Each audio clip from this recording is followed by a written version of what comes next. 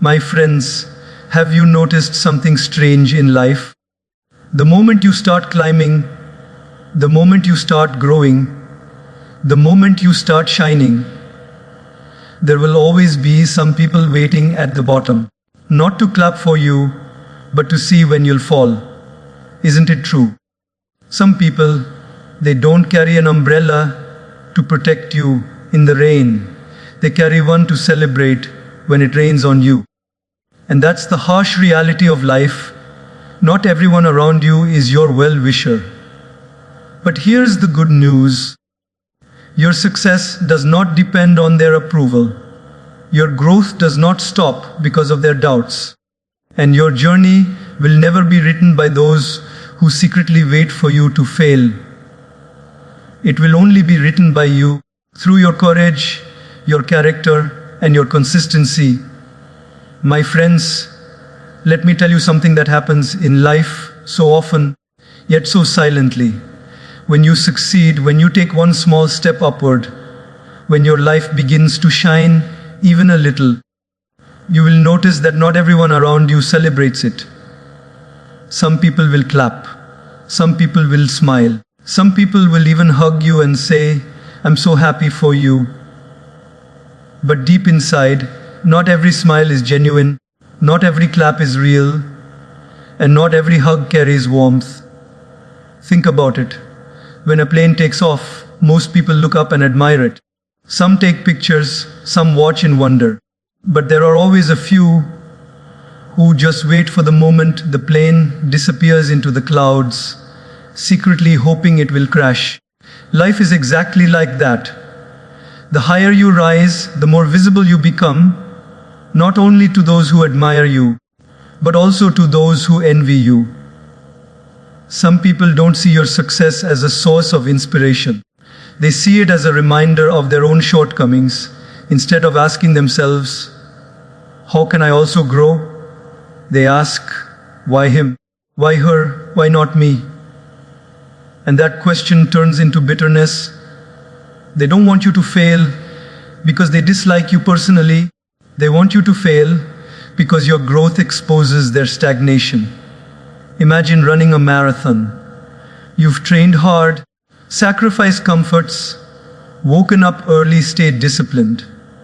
But there are people sitting on the sidelines who never trained, never prepared, never even put on running shoes. Yet, as they sit there with a packet of chips in one hand and a soft drink in the other, they comment, "Let's see how long he lasts. He will slow down soon. He can't keep it up." Isn't that ironic? Those who don't run criticize the runner. Those who don't try wait for the trier to fail. And here's the real test for you. What will you do when you realize not everyone is cheering? Will you stop running because some are mocking? Will you give up climbing because some are hoping you fall? Or will you remember that your race is yours, your journey is yours, and your purpose is yours? The truth is, my friends, you can't expect the whole world to be happy for you. Even the brightest sun has people who complain that it's too hot. Even the most beautiful rose has people who complain about its thorns. Even the sweetest fruit has people who say it's too ripe or not ripe enough. So why should you be surprised when your growth has people who complain, criticize, or secretly wait for you to stumble? And yet, the beautiful part of life is this: you don't need everyone to clap for you. You just need a few genuine hearts who truly care. And most importantly, you need yourself.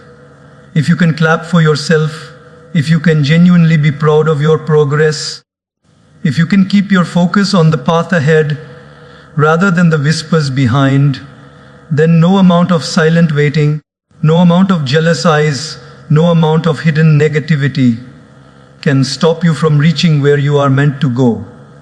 So remember, not everyone will celebrate your success. But don't let that stop you from succeeding. Because the goal of life is not to collect claps. It is to complete the race you were meant to run. My friends, jealousy is one of the most silent enemies of human progress. It doesn't shout, it doesn't announce itself, it doesn't come with a warning. It hides behind smiles, it hides behind polite conversations, it even hides behind compliments. But if you look closely, you will notice it in the tone, in the eyes, in the pauses. You will see it in the way someone says, "Oh, congratulations, but you're so lucky." As if your years of hard work were nothing more than a lottery ticket. You will hear it when someone whispers to another, "He's doing well, but let's see how long this lasts." Oh, jealousy is not about you. It is about them. When people see you progressing, when they see you shining, when they see you becoming what they secretly wish to be, their own insecurities wake up. It's not that your success hurts them. It's that your success reminds them of their own failures. And instead of working on themselves, instead of growing, instead of changing their lives, they find it easier to secretly hope that you stumble. Imagine this, a candle burning in a dark room. The candle brings light, it brings warmth, it brings visibility. But there might be another candle in the same room that refuses to burn, refuses to ignite. Instead of lighting itself, it looks at the glowing candle and thinks, "I wish that flame would go out, so this room is dark again, and no one can see that I am still unlit." Isn't that how jealousy works? It doesn't want to light its own flame, it just wants to blow out yours. And yet, here is the strange thing, jealous people don't want you to fail completely. No, that would end their entertainment. They want you to rise just enough to be visible, and then fall in a way that satisfies their hunger. They want your success to be short-lived, because it proves them right. They want your achievements to collapse, so they can whisper to themselves, "See, I knew it. He was never that good. She was never that strong. They didn't deserve it anyway." But the truth is, my friends, jealousy is never about your worth. It is always about their wounds. It is never about your achievements. It is about their emptiness. And that's why you should never take jealousy personally. When someone envies you, it doesn't mean you are wrong. It simply means you are doing something right. Because people never throw stones at a tree with no fruit. The stones only come when there is sweetness hanging on the branches. So what do we do when jealousy surrounds us? We don't fight it, we don't argue with it. We don't waste our energy trying to convince jealous hearts to love us. Instead, we focus on our path. Let their jealousy be their burden, not yours. Let their bitterness be their problem, not your distraction. If you stop and engage with every jealous person, you will never reach your destination. And remember, jealousy is powerful, but so is kindness. Sometimes the best way to deal with those who envy you is not to crush them with arrogance, but to remain humble. Because humility disarms envy.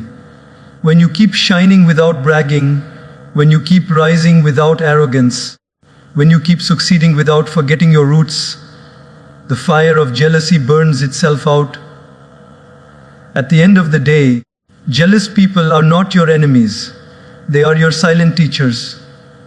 They teach you patience, they teach you focus, and most importantly, they remind you that if people are envying you, it means you are moving forward. And isn't that a beautiful confirmation that you are on the right path? Silence, my friends, is one of the most powerful responses you can ever give in life.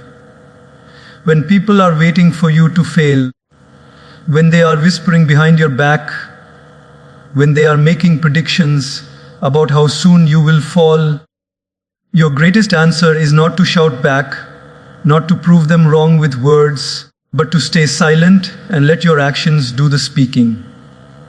Because silence has a dignity that noise can never match. Think about it. If you are walking through a jungle and every dog that barks at you distracts you, you will never reach the other side. Do you bark back at the dogs? Do you argue with them? No, you keep walking because the more you engage with every bark, the more you lose sight of the path. Life works in exactly the same way. The people who are waiting for you to fail, they bark in the form of doubts, in the form of gossip, in the form of negativity. But your job is not to bark back, your job is to walk on. There is a beautiful story from ancient times. A wise man was once insulted in public. People cursed him, mocked him, and laughed at him. He stood still, with complete silence on his face. After a while, one of his students asked, "Master, why did you not reply? Why didn't you defend yourself?" The wise man smiled and said, "If someone offers you a gift and you don't accept it, to whom does the gift belong?" The student replied, "To the giver." The master said, "Exactly. Insults are also gifts. If I don't accept them, they remain with the one who gave them." Isn't that profound? When people give you negativity, you don't have to accept it. Your silence is a way of saying, "This belongs to you, not to me." Many times, silence speaks louder than words. Silence is not weakness, it is wisdom. Because when you react to every provocation, you lose your balance. But when you remain silent, you show strength. The world may misinterpret silence as acceptance, but in reality, silence is protection. It protects your peace, it protects your focus, it protects your energy. And energy, my friends, is the fuel you need to succeed. Now, let me tell you something real. People who wait for your failure feed on your reaction. They want you to fight back. They want you to get angry, to lose your temper, to get distracted. Because the moment you respond, you've already given them power over your mind. But when you remain silent, when you keep moving without acknowledging their negativity, they are left powerless. Your silence frustrates them more than your words ever could. Picture an eagle soaring high in the sky. The crow tries to irritate the eagle by pecking and making noise. Does the eagle fight with the crow? No. The eagle simply rises higher and higher until the crow cannot breathe at that altitude and falls away on its own. Silence is exactly that. When you rise higher with focus, you automatically leave behind those who try to drag you down. So the next time someone is waiting for you to fail, don't argue. Don't explain. Don't defend yourself unnecessarily. Just keep working, keep rising, keep shining. Let your success be your loudest statement. Because when you finally reach where you're meant to go, those who doubted you will have nothing left to say. Silence today becomes applause tomorrow. And that, my friends, is the most beautiful victory of all. My friends, life has a very interesting way of testing relationships. Success is one of the greatest filters. It reveals who truly stands with you and who only stood near you. When you grow, when you rise, when you achieve something meaningful, you will notice something surprising. Not everyone who smiles at you is happy for you. Not everyone who says, "Congratulations," is genuinely celebrating. And not everyone who is silent is neutral. Success exposes people in ways that failure never can. When you are struggling, almost everyone looks kind. They may sympathize, they may encourage, they may even offer help. But when you start succeeding, masks begin to fall. That is when you discover the truth about who is really your friend. A true friend will never feel threatened by your growth. A true friend will see your success as their joy. They will clap the loudest when you win because they never measured your worth against theirs. But a fake friend, my friends, feels differently. When you rise, they secretly shrink inside. When you shine, they feel a shadow cast on them. When you climb, they feel like they are falling behind. Think about this. When you light one candle with another, the first candle doesn't lose its flame. In fact, the room becomes brighter. That is the nature of real friendship. Your light adds to theirs, not takes away from it. But those who are not real friends think that your flame is stealing oxygen from their own. Instead of realizing that light multiplies, they think it divides. And so, instead of celebrating your glow, they wait for it to dim. Let me share an image with you. Imagine you are climbing a mountain. Some people climb alongside you, encouraging you with every step. Some may be slower than you, but they don't resent you. They are just happy to share the journey. But then there are those who pretend to climb with you.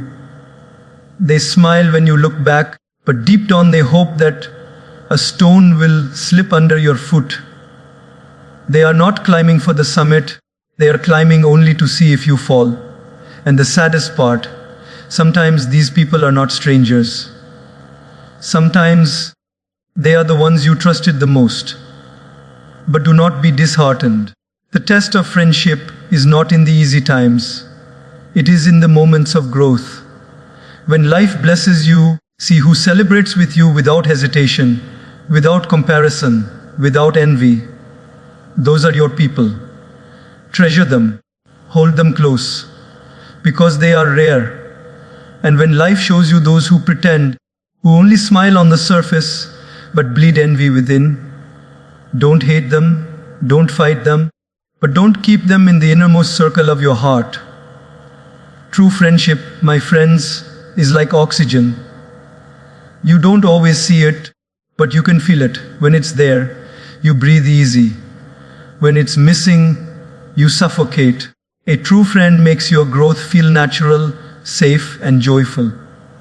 A fake friend makes your growth feel heavy, suspicious, and lonely. And that is how you know the difference.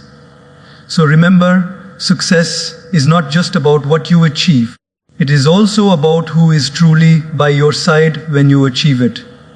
Don't just count the claps. Count the hearts behind those claps.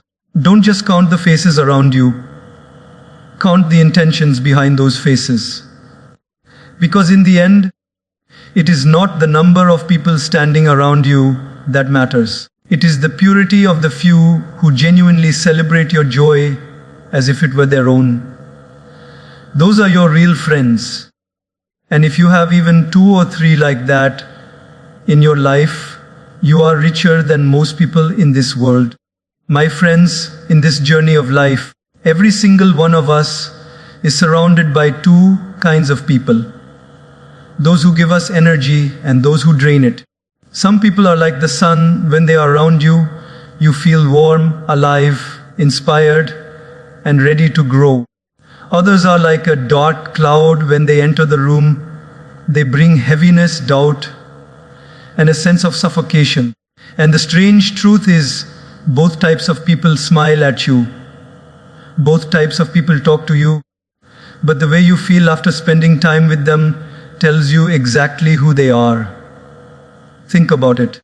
Have you ever met someone and after just 10 minutes of conversation, you felt uplifted, motivated, and full of clarity?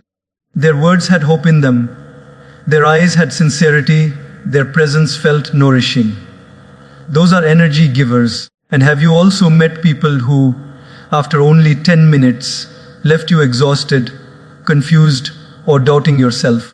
Their words carried criticism, their eyes carried envy, and their presence felt draining. Those are energy drainers. And if you are honest, you can recall such people in your own life. Energy givers are those who celebrate your victories.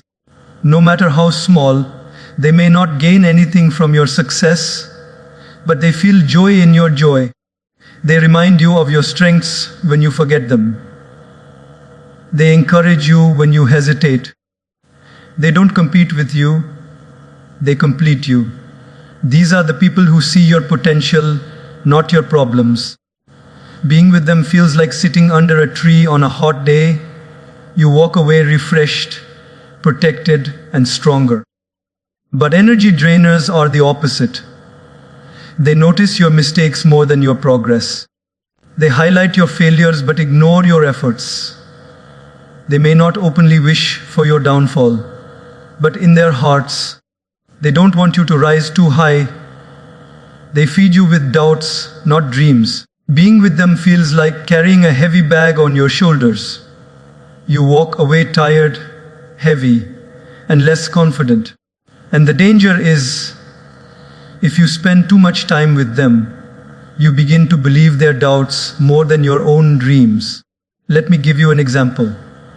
Imagine two gardeners standing in front of the same plant.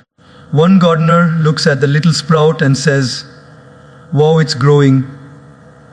With a little water and sunlight, this will become a strong tree." The other gardener looks at the same sprout and says, "It's too small, too weak. Probably won't survive the wind or the rain." Now tell me, which gardener will inspire the plant to grow? Which gardener would you want standing by that plant? Exactly, the one who nourishes, not the one who doubts. Similarly, in your life, the people around you are gardeners to your dreams. Some water them, some poison them. This is why it is so important to choose your circle carefully. If you surround yourself with energy drainers, no matter how big your dreams are, you will slowly shrink. But if you surround yourself with energy givers, even the smallest spark inside you will turn into a flame. Because we, as human beings, become like the company we keep. Sit with dreamers, you'll dream. Sit with complainers, you'll complain. Sit with hopeful people, you'll hope. Sit with bitter people, you'll become bitter.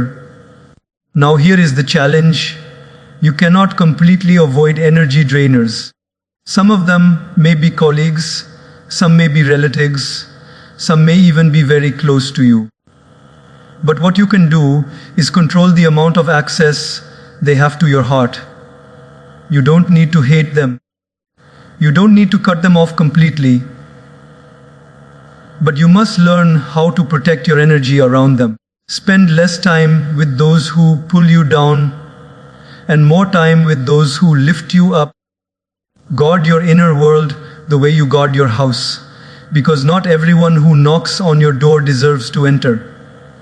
So my friends, remember this: your energy is precious. Don't give it away to those who drain it.